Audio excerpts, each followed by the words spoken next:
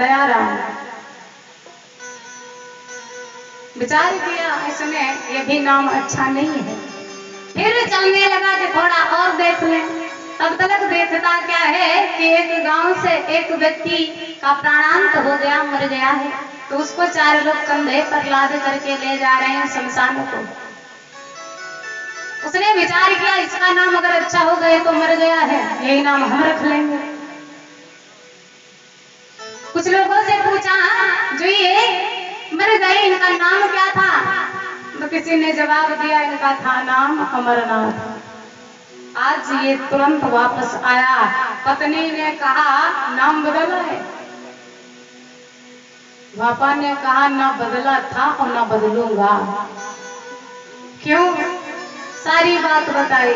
ऐसे नाम धरने से क्या फायदा? अमरनाथ रहे मरी गए, धनपति मांग गए भीख, दया राम ना दया करई कहते भापानी। इन लोगों से तो अच्छा मेरा नाम है ना, हम बदलेंगे भी नहीं। तो कहने का आशय ये है नाम आपका राम रख दिया जाए, कृष्ण नाम रख दिया जाए। अब आप रोज कौआ लगाने जाए, जथा नामे तथा गुणे जैसा नाम वैसे कर्म होने चाहिए। तो कहने का आशय मेरे इतना है कि जब माताएं गर्भ को धारण करती हैं तो अपने आप को बड़ा संभाल के रखें। उतने दिन तक आप भगवान की भक्त बन करके रहें। वैसे तो कुछ माताएं हमेशा पूजन करती हैं, जो हर समय टीवी देखती, सीरियल देखती, उनके लिए। हाँ, अभिमन्यु ने गर्भ में शिक्षा ग्रहण कर ली, चक्रव्यूह का भेदन गर्भ से ही सीखा। बच्चे के लालन पालन में सबसे बड़ा हाथ माताओं का होता है। जैसा ये चाहती है बालक को वैसा बनाती है। आज नामकरण संस्कार का नंबर आया तो संतों ने गाय के उस पुत्र का नाम गोकर्ण रखा। धुंधली बोल उठी महाराज मैंने इस बालक को 9 मास गर्भ में रखा है, इसलिए मेरे नाम से मिलता जुलता नाम इस पुत्र का होना चाहिए। आत्मदेव जी महाराज प्रसन्न हो गए और कहने लगे ठीक। संतों ने पुत्र को देखा और उस पुत्र का नाम धुंधकारी रख दिया। दोनों बालक एक घर में पल रहे हैं, एक घर में बड़े हो रहे हैं, एक जैसे वस्त्र पहनते हैं, एक जैसा भोजन करते हैं। कहते हैं आपके घर में भी 2-4 बालक होते हैं, एक ही जगह रहते हैं, एक ही जैसा भोजन करते हैं, फिर भी मन अलग अलग होते हैं, सबका स्वभाव अलग अलग होता है। दोनों बालक बड़े होने लगे। जब थोड़ा सा बड़े हुए सब अपनी अपनी रास्ता पकड़ते हैं। धुंधकारी यदि कोई गलती करता है तो धुंधली उसको डांटती नहीं। अगर आत्मदेव डांटते हैं तो वो लड़ाई करती है, मेरे पुत्र को मत कहो। गोकर्ण जी महाराज सुबह से लेकर शाम तक पिताजी के साथ में पूजन इत्यादि में सहायता करते हैं, क्योंकि कहते हैं भगवान जिसको जैसा बनाता है वो वैसे होता है। इसी कवि ने क्या खूब भाव दिया है। एक झोली में फूल भरे हैं, एक झोली में कांटे, एक झोली में फूल भरे हैं, एक झोली में कांटे। अरे कोई कारण होगा, अरे हाँ कोई कारण होगा, अरे कोई कारण होगा, अरे कोई कारण होगा।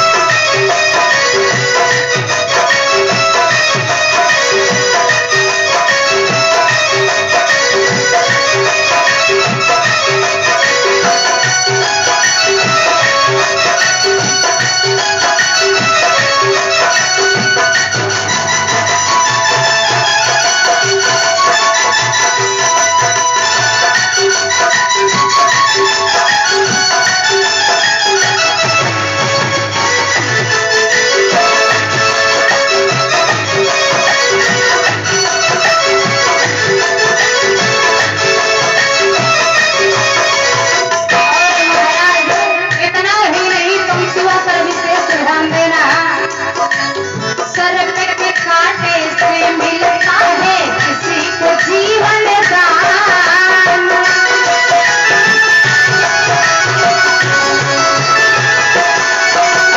सरमत कांटे से मिलता है किसी को जीवन दान।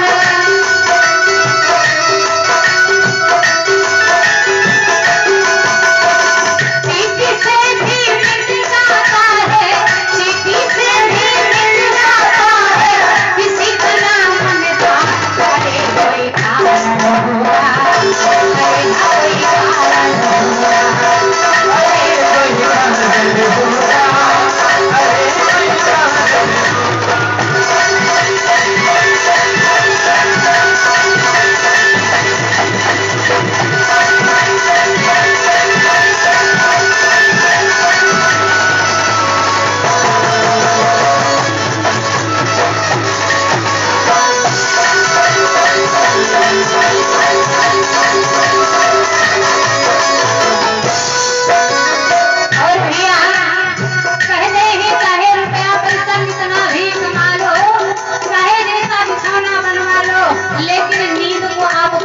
खरीद नहीं सकते। सुख का बिस्तर भी मिल जाए एक बोतल से नैना।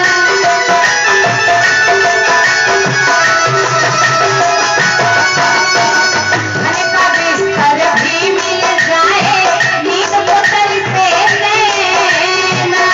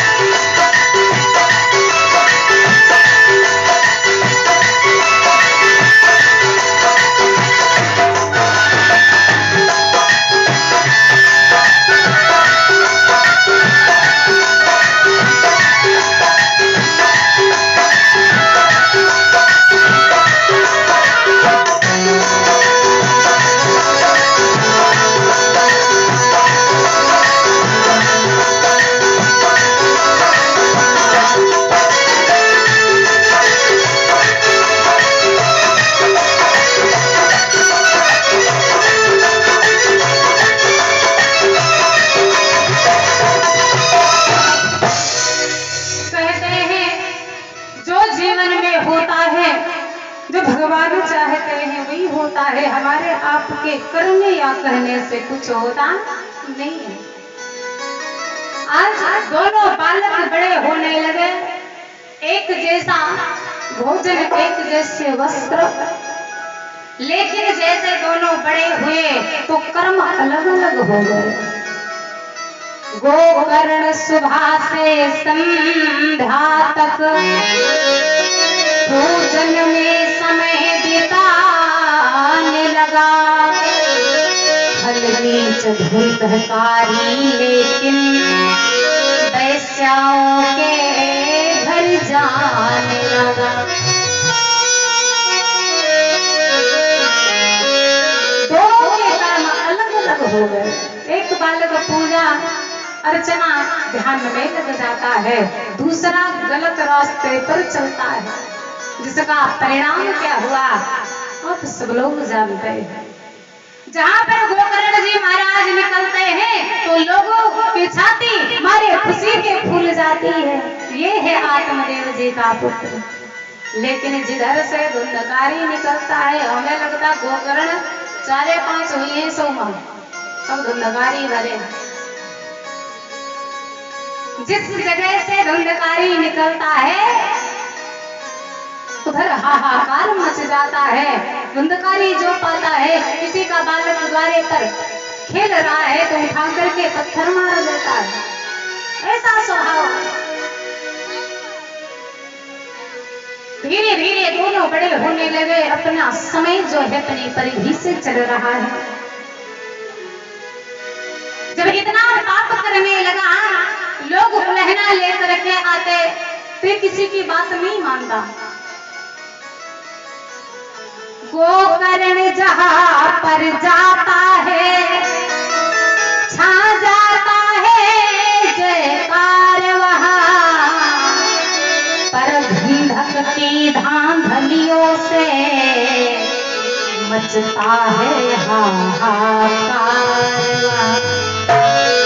दुखी हो गए आत्मदेव जी महाराज को सुन करके गोकर्ण महाराज के पास खड़े हुए कहते, बेटा जब मैं तुझे देखता हूँ तो मुझे गर्व होता है, लेकिन जब मैं इस दुष्ट को देखता हूँ तो हमें बहुत क्रोध आता है। इससे अच्छा था कि हमारे पुत्र ना होता। आ गए उसी लाइन पे। ब्राह्मण ने समझाया था। गोकर्ण जी महाराज कहने लगे, पिताश्री आप किस भाव में बह रहे हैं, जैसा सोचो वैसा होता नहीं है। कोई जरूरी नहीं जो आप सोच रहे हैं, विचार कर रहे हैं आगे चल कर के हम ऐसे बनेंगे ऐसे होंगे, पता नहीं किस समय कैसे रास्ता बदल जाए किसी को मालूम नहीं। रो रो कर्ण गोकर्ण से कहा है देखा हाल, लाल टलेगा किस तरह यह छाती का सान। ये हृदय में मेरे दुख बना हुआ है कि ये मेरा पुत्र है। गोकर्ण से सारी बात बताई तो गोकर्ण महाराज ने कहा, पिताजी आप बूढ़े हो चुके हो, इसलिए अभी इस दुनियादारी के चक्कर में ना पड़ो तो ज्यादा अच्छा है। जितना समय बचाए भगवान का भजन करो। कोई जरूरी नहीं हर संतान अच्छी ही हो, कोई सुखदायिनी होती है, कोई कुछ दुख भी देती है।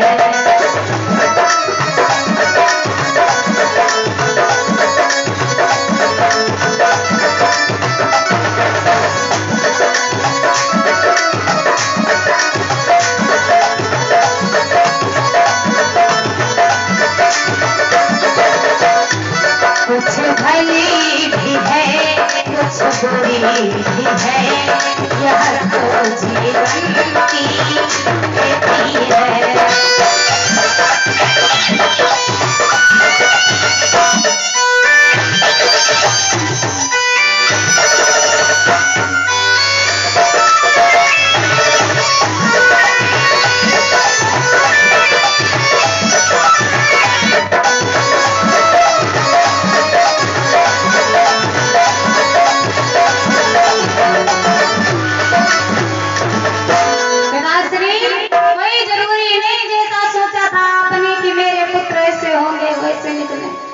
इसलिए दुनियादारी को छोड़ करके भगवान का भजन करो, इसी में कल्याण है। यदि तुम्हें शांति की इच्छा है तो सीधे बन को गमन करो, मुझको छोड़ो इसको छोड़ो, श्री रामचंद्र का भजन करो। यदि शांति चाहते हो तो भगवान के भजन में लग जाओ। सुख केवल भगवान के भजन में है। आज कितना जब समझ में आया तो महाराज आत्मदेव जी जंगल को प्रस्थान करते हैं, घरबार छोड़ दिया, भगवान के भजन में लीन हो गए। गोकर्ण जी महाराज कुछ दिनों के बाद तीर्थ करने के लिए निकले। अब तो घर में ना बड़ा भैया है ना पिताजी है, डर का है। धुंधकारी पाप पर पाप किए जा रहा है, खूब वैश्याओं की संगत करता है, नाटक नौटंकियों में न जाने कैसा पैसा उड़ाता है। बिना गिने हुए धीरे धीरे कहते हैं शराबी जो जुआ खेलते हैं जुआरी, इनके घर में चाहे जितनी खेती हो, चाहे जितने बड़े इंसान हो, भिखारी बन जाते हैं जिनको ये लत लग जाती है। धीरे धीरे समय अपनी परिधि से चल रहा है। जब तलक धुंधकारी ने वैश्याओं को धन दिया, ये साथ में रही, लेकिन जब धन नहीं देता है तो ये इसका कहना नहीं मानती, नृत्य नहीं करती। घर में धन बचा नहीं, आवाज लगाई माँ, जो छुपा हुआ धन हो वो ला करके दो। जो भी जेवर इत्यादि था सब तो उसने दे दिया, जमीन बेबी तो ही केवल घर बचा है। धीरे धीरे धुंधकारी पाप पर पाप कर रहा है। एक दिन हाथ में डंडा लेकर के खड़ा हुआ, बता तूने सारा धन कहाँ रखा हुआ है? पहले बताएं, जो जेवर सोना चांदी इत्यादि होती थी जमीन में, किसी पन्ने में बर्तन में भर के जमीन में रख देते थे, तब अलमारी नहीं थी, जुगाड़ू काम होता था। धुंधकारी ने कहा जो भी धन जहाँ है मैं बता दे, नहीं तो तेरे प्राण ले लूंगा। अब तो डंडा लेकर वहां पर वह अत्याचारी ढाया है, पूछने लगा पापिनी बता सारा धन कहाँ छिपाया है? बता तूने धन कहाँ रखा है? अब तो देखा जब डंडे को तो इसके हाथ पैर कांपने लगे, ये तो दुष्ट है, मार भी डालेगा। डर के मारे कह दिया बेटा हम बूढ़े हो चुके हैं इसलिए हमको याद नहीं, कल बताएंगे, कल बताएंगे, इतना कह करके उस समय तो बच गई। लेकिन जा करके रात के समय में धुंधली ने अपने आप को खत्म कर दिया। जब धन है नहीं तो देगी कहां से? कल बतलाऊंगी ओ कहकर, कल बतलाऊंगी यो कहकर, बच सकी उस समय दुखियारी।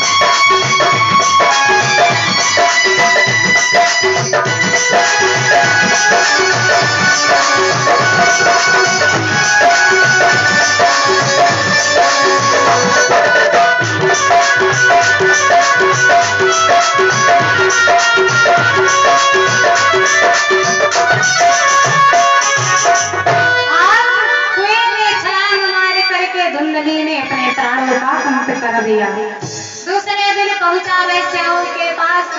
जब पता चला उन वैश्याओं को कि धन नहीं बचा इसके पास, तो इन्होंने विचार किया ये कितना दुष्ट है, यदि हम इसका कहना नहीं मानते हैं तो ये हमको भी मार डालेगा।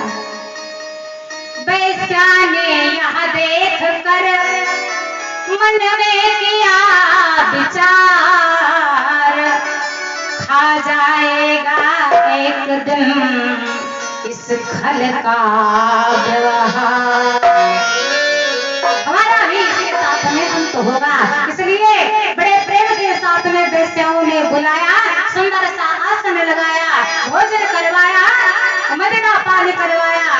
के बाद में इसको जब ये नशे में हो गया उसे चारपाई से बांध दिया।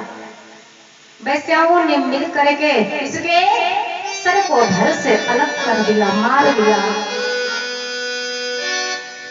रात ही रात में उसका काम तमाम, मिला ना पाती को मगर मर कर भी शाम रे भैया, मर कर भी शाम।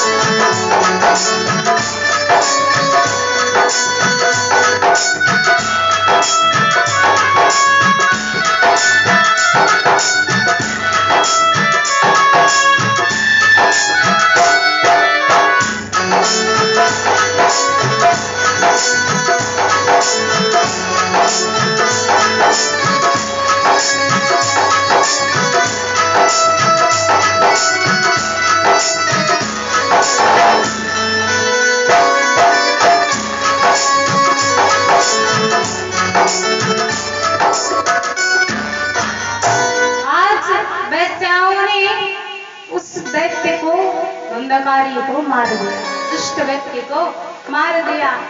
उजड़ गया इस तौर से बोले आशाओं का खेत, वहां धुंधकारी हुआ महाभयानक प्रेत। आज धुंधकारी प्रेत योनि में चला गया। कहते हैं जिसकी अकाल मृत्यु होती है, समय नहीं पूरा होता है, उसको दूसरा जन्म मिलता है। प्रेत योनि में पहुंचा, अब तो इसकी आत्मा को शांति नहीं मिल रही है, भूखी प्यासी आत्मा भटक रही है।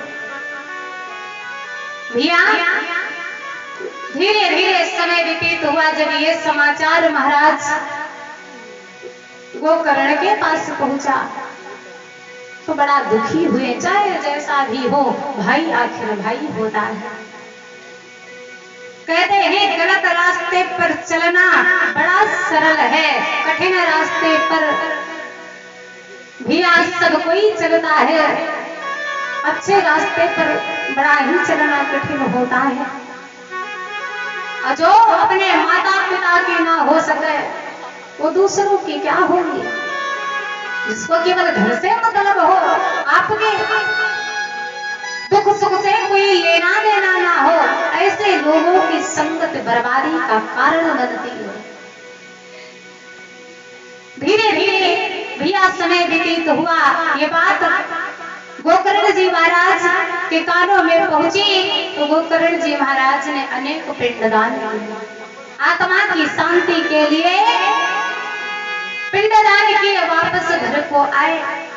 शाम का समय हुआ, आसन लगाया, विश्राम कर रहे हैं। और जैसे थोड़ी सी निद्रा आई तो कुछ आने की आहट उनको सामने से आई तो उठ करके बैठ गए।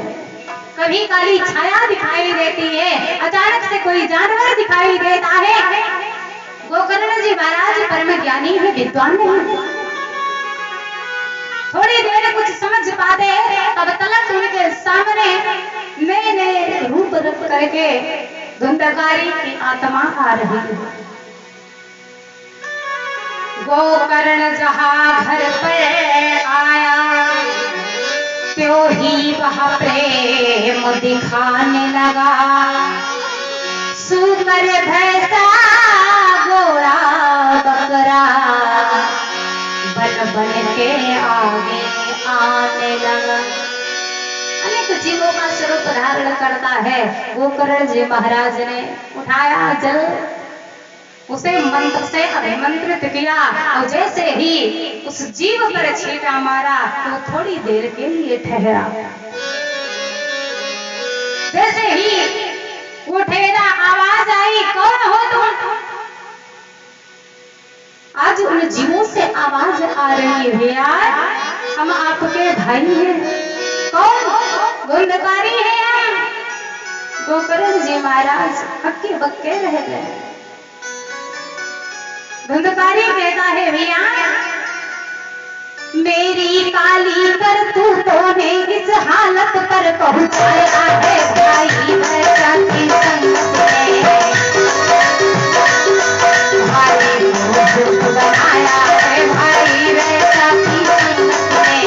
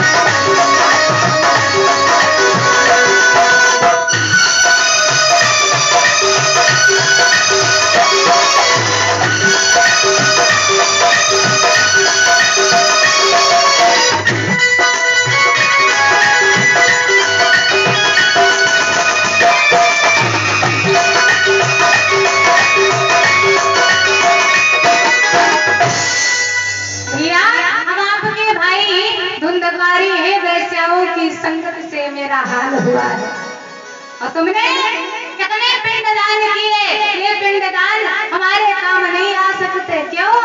यदि घर में 5 किलो आटा लगता है और आटा हो 1 किलो तो सबका पेट नहीं भर सकता है।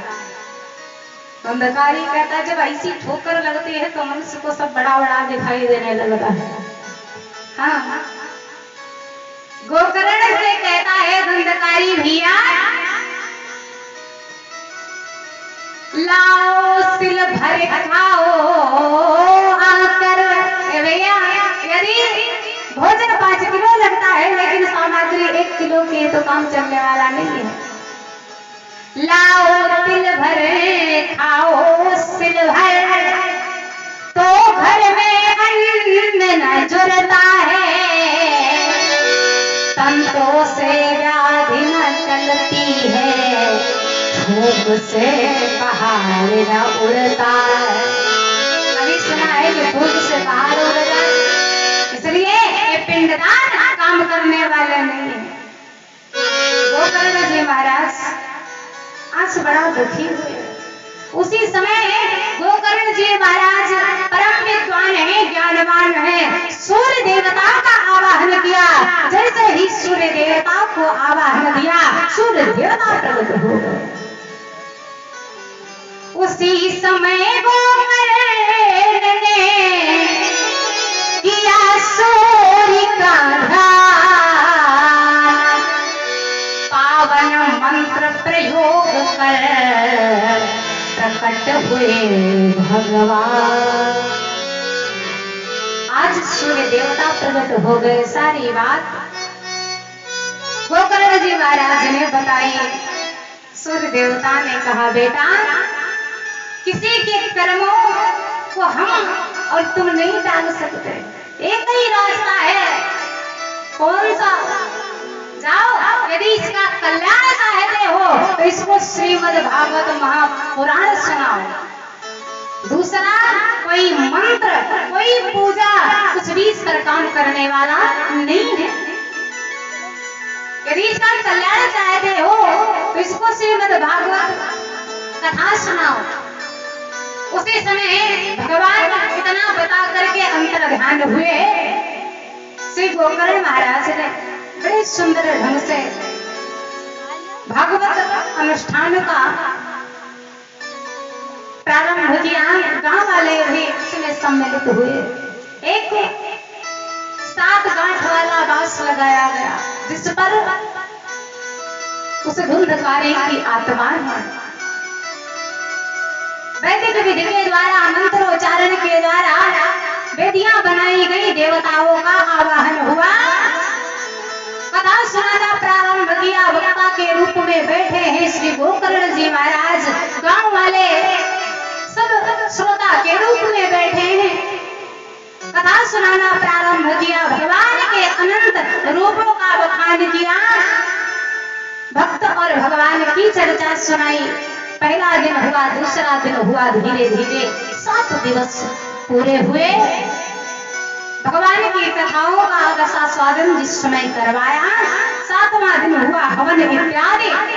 एकाएक वैकुंठ से एक दिव्य विमान आया। विमान आया जिसमें भगवान विष्णु का रूप पा करके गोकर्ण वैकुंठ को प्रस्थान कर देते हैं। आज भी आप इस कथा को सुन करके गोकर्ण का कल्याण हुआ।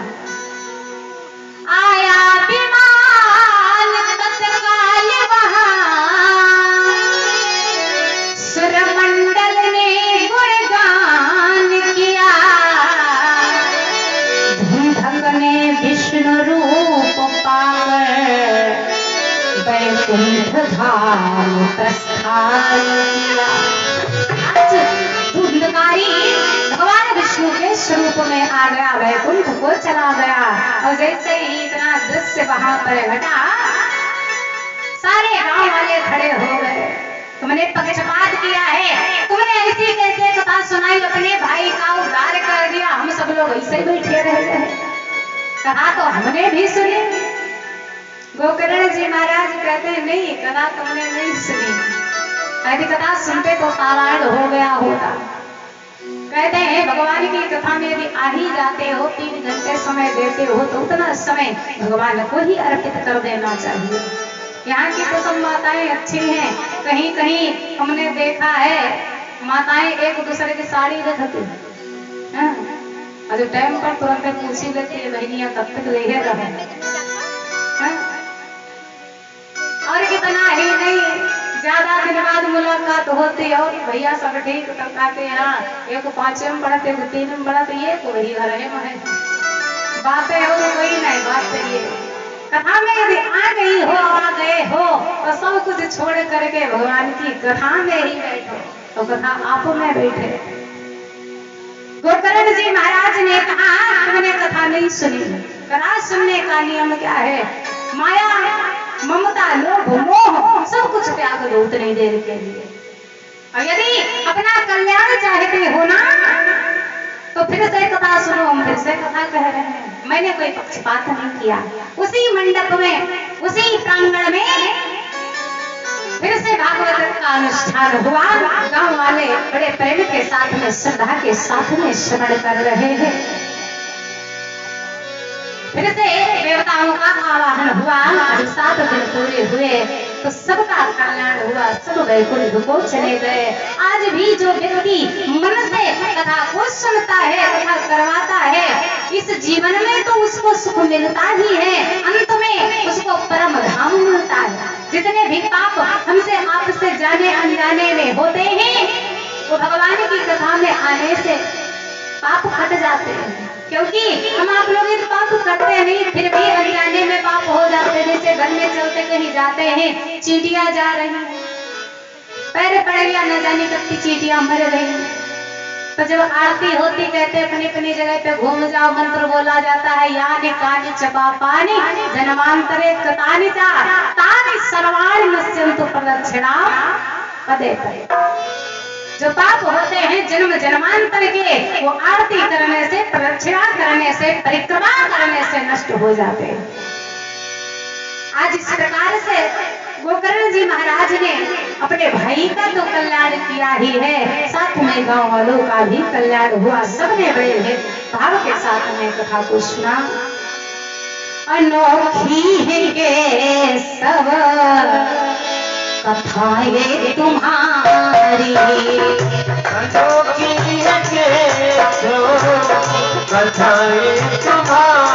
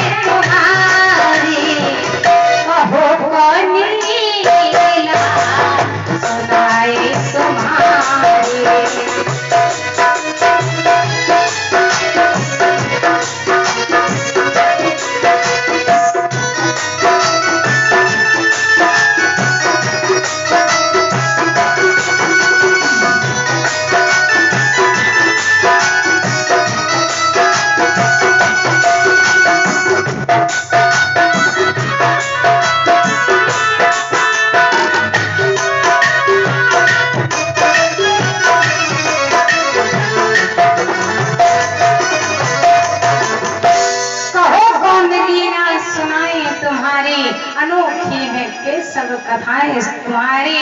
प्रेम से बोलो भक्त वत्सल भगवान की, गोकर्ण जी महाराज की, साचे दरबार की। आप लोगों का जयकारा बहुत बढ़िया है। आगे वाले सब लोग बोलते बोलते, पीछे वाले भी हैं। आधे कहते धीरे धीरे बोल कोई सुनना ले। हम तो कहते जोर जोर बोलो सब कोई सुने। प्रेम से बोलो हनुमान जी महाराज की, श्री भागवत महापुराण की, कथा में आने वालों की, घर में रहने वालों की। इस प्रकार से भागवत महापुराण के माध्यम से प्रेत भी तर गया, तो हम आप लोग तो प्रेत से कम ही हैं। ध्यान से सुनेंगे, भगवान के चरणों में मन को लगाएंगे तो कल्याण होना ही है। आगे बड़ी सुंदर कथा आती है। श्रीमद् भागवत महापुराण को व्यास जी ने रचा, लेकिन इस कथा को किसने सुना, पूर्ण रूप से किसने सुनाया? श्रीमद् भागवत की रचना किसने की? भगवान विष्णु ने 4 मंत्र ब्रह्मा जी को बताए, 4 श्लोक ब्रह्मा जी को दिए। ब्रह्मा जी ने वही श्लोक अपने पुत्र नारद को बताया, नारद जी ने वही श्लोक आकर के व्यास जी को बताया। एक समय वेद व्यास जी महाराज बैठे हुए हैं, अनेक पुराणों की रचना कर दी, 17 पुराणों की रचना कर दी, लेकिन जो खुशी होनी चाहिए थी वो खुशी नहीं है। देवर्षि नारद नारायण नारायण करते हुए भ्रमण कर रहे हैं, उनकी दृष्टि श्री वेद व्यास जी पर पड़ी, तो उनका मन जो है बड़ा दुखी है। मुख पर जब कोई हृदय में कष्ट होता है, दुख होता है, तो उसकी झलक चेहरे पर साफ नजर आती है। देवर्षि नारद बीड़ा बजाते हुए चले जा रहे हैं।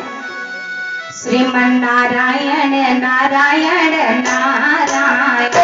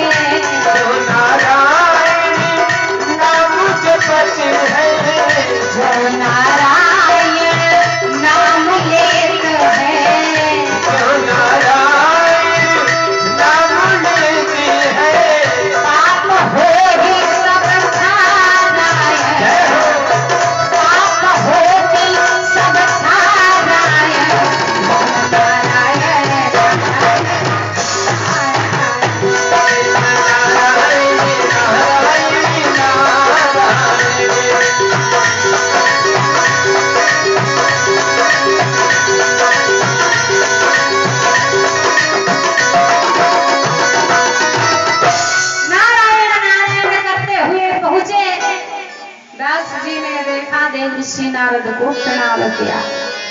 देवर्षि नारद ने कहा, ऋषिराज एक बात बताओ, आपका मुख इतना मलिन क्यों है? आप दुखी क्यों हैं? आपको तो प्रसन्नता होनी चाहिए, आपने 17 पुराणों की रचना कर दी। आपके मुख पर ये चिंता की रेखा क्यों नजर आ रही है? बताने का कारण बताएं, आप इतना दुखी क्यों हैं?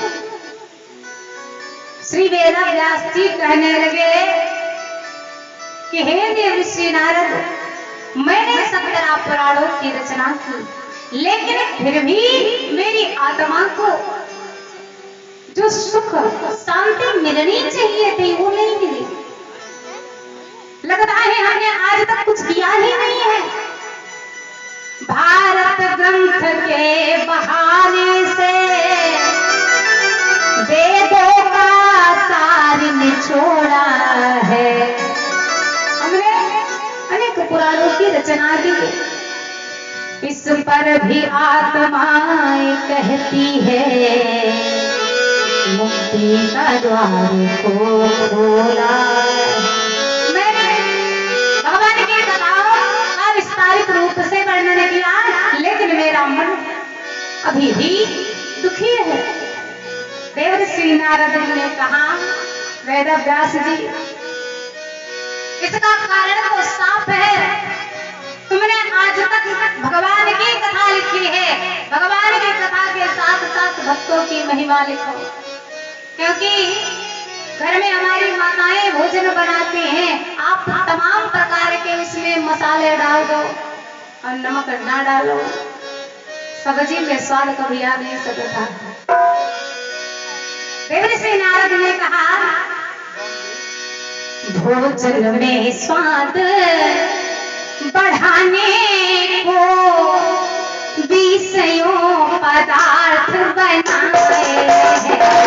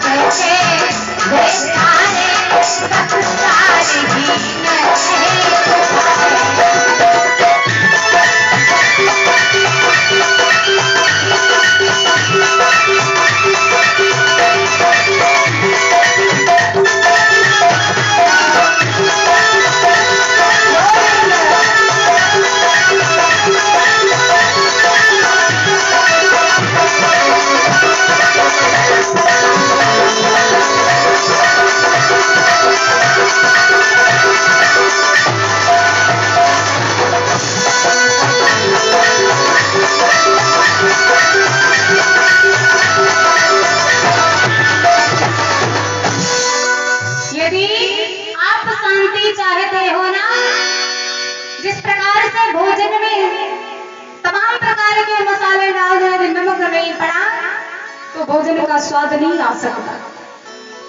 इसी प्रकार से हाँ, अब शांति यदि चाहते हो तो बोले प्रभु के शुद्ध चरित गाओ।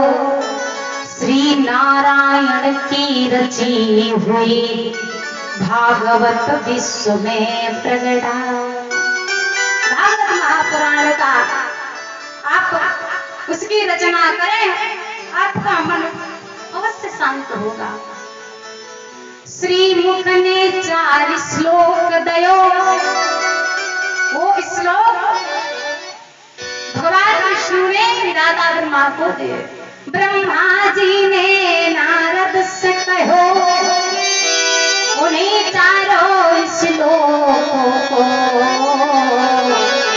नारद ने श्री व्यास दयो। श्लोकों में पूरी भागवत की रचना वेद व्यास जी ने की। प्रेम से बोलो भगवत भगवान की।